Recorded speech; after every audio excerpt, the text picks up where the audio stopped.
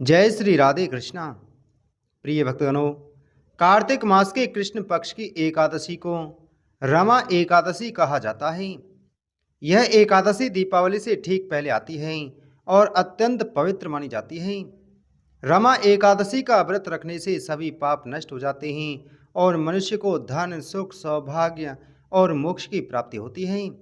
यह व्रत भगवान विष्णु को अत्यंत प्रिय है और जो भक्त पूरी श्रद्धा से इसका पालन करता है उन्हें रमा देवी यानी लक्ष्मी जी की विशेष कृपा प्राप्त होती है।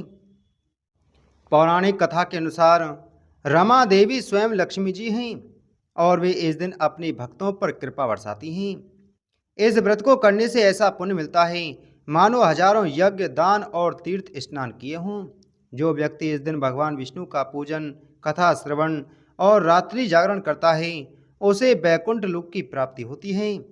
प्रिय भक्तों, आज की कथा में हम श्रवण करेंगे कार्तिक मास के कृष्ण पक्ष की एकादशी रमा एकादशी की व्रत कथा।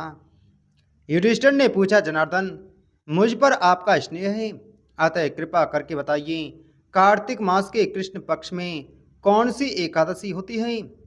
भगवान श्री कृष्ण बोले, हे राजन, कार्तिक मास के कृष्ण पक्ष में जो परम कल्याणमयी एकादशी होती है वह रमा के नाम से विख्यात है। रमा परम उत्तम है और बड़े बड़े पापों को हरने वाली है।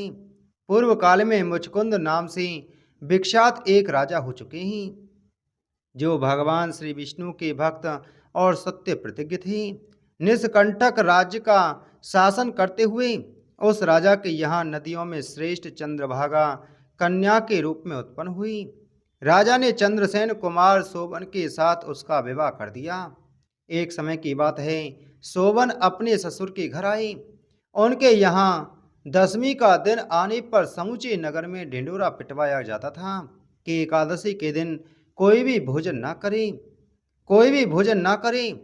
यह डंके की घोषणा सुनकर सोबन ने अपनी प्यारी पत्नी चंद्रभागा से कहा, प्रिय, अब मुझे इस समय क्या करना चाहिए, इसकी शिक्षा दो। चंद्रभागा बोली, प्रभु, मेरे पिता के घर पर तो एकादशी को कोई भी भोजन नहीं कर सकता। हाथी, घोड़े, हाथियों के बच्चे तथा अन्य पशु भी अन्य घास तथा जड़ तक का आहार नहीं कर पाते। फिर मनुष्य एकादशी के दिन कैसे भोजन कर सकते हैं। प्राणनाथ, यदि आप भोजन करेंगे तो आपकी बड़ी निंदा होगी। इस प्रकार मन में विचार करके अपने चित्त को दृढ़ कीजिए। सोबन ने कहा, प्रिय, तुम्हारा कहना सत्य है, मैं भी आज उपवास करूंगा। देव का जैसा विधान है वैसा ही होगा। भगवान श्री कृष्ण कहते हैं, इस प्रकार दृढ़ निश्चय करके सोबन ने व्रत के नियम का पालन किया। क्षुधा से उनके शरीर में पीड़ा होने लगी, अतः वे बहुत दुखी हुए। भूख की चिंता में पड़े पड़े सूर्यास्त हो गया। रात्रि आई, जो हरि पूजन परायण तथा जागरण में आसक्त वैष्णव मनुष्यों का हर्ष बढ़ाने वाली थी, परंतु वह रात्रि सोबन के लिए अत्यंत दुखदायिनी हुई। सूर्योदय होते होते उसका प्राणांत हो गया। राजा मुचकुंद ने राजोचित काष्ठों से शोभन का दाह संस्कार कराया। चंद्रभागा पति का पारलौकिक कर्म करके पिता के ही घर पर रहने लगी। नृपश्रेष्ठ, रमा नामक एकादशी के व्रत के प्रभाव से शोभन मंद्राचल के शिखर पर बसे हुए परम रमणीय देवपुर को प्राप्त हुआ। वहां शोभन द्वितीय कुबेर की भांति शोभा पाने लगा। राजा मुचकुंद के नगर में सोम शर्मा नाम से विख्यात एक ब्राह्मण रहते थे। वे तीर्थ यात्रा के प्रसंग से घूमते हुए कभी मंदराचल पर्वत पर गए। वहां उन्हें शोभन दिखाई दिए। राजा के दामाद को पहचान कर वे उनके समीप गए। शोभन भी उस समय द्विश्रेष्ठ सोम शर्मा को आया जान शीघ्र ही आसन से उठकर खड़े हो गई और उन्हें प्रणाम किया। फिर क्रमशः अपने ससुर राजा मुचकुंद का, प्रिय पत्नी चंद्रभागा का तथा समस्त नगर का कुशल समाचार पूछा। सोम शर्मा ने कहा, राजन, वहाँ सबकी कुशल है। यहाँ तो अद्भुत आश्चर्य की बात है। ऐसा सुंदर और विचित्र नगर तो कहीं किसी ने भी नहीं देखा होगा। बताओ तो सही, तुम्हें इस नगर की प्राप्ति कैसे हुई। शोभन बोले, द्विजेंद्र, कार्तिक के कृष्ण पक्ष की जो एकादशी आती है, रमा एकादशी, उसी का व्रत करने से मुझे ऐसे नगर की प्राप्ति हुई है। ब्राह्मण, मैंने श्रद्धाहीन होकर इस उत्तम व्रत का अनुष्ठान किया था। इसलिए मैं ऐसा मानता हूँ कि यह नगर सदा स्थिर रहने वाला नहीं है। आप मुचकुंद की सुंदरी कन्या चंद्रभागा से यह सारा वृत्तांत कहिएगा। शोभन की बात सुनकर सोम शर्मा ब्राह्मण मुचकुंदपुर में गए और वहां चंद्रभागा के सामने उन्होंने सारा वृत्तांत कह सुनाया। सोम शर्मा बोले, सुबह मैंने तुम्हारे पति को प्रत्यक्ष देखा है तथा इंद्रपुरी के समान उनके दुर्मस नगर का भी अवलोकन किया है। वे उसे अस्थिर बतलाते थे, तुम उसको स्थिर बनाओ। चंद्रभागा ने कहा, ब्रह्मर्षि, मेरे मन में पति के दर्शन की लालसा लगी हुई है। आप मुझे वहां ले चलिए, मैं अपने व्रत के पुण्य से उस नगर को स्थिर बनाऊंगी। भगवान श्री कृष्ण कहते हैं, राजन, चंद्रभागा की बात सुनकर सोम शर्मा उसे सातली मंदराचल पर्वत के निकट वामदेव मुनि के आश्रम पर गई।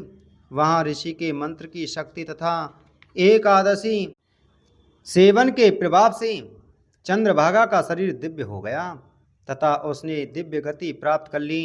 इसके बाद वह पति के समीप गई। उस समय उसके नेत्र हर्षोल्लास से खिल रहे थे।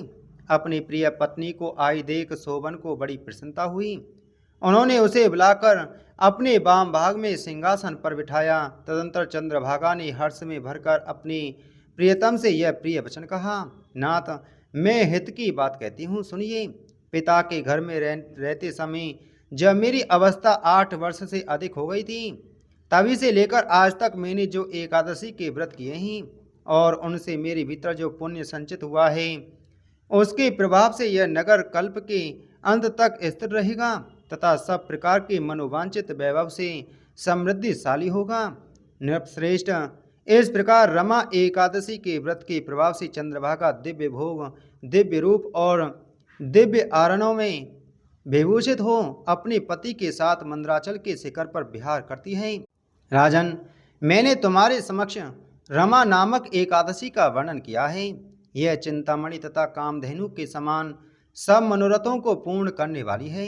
मैंने दोनों पक्षों के एकादशी व्रतों का पाप नाशक महत्तम बताया है।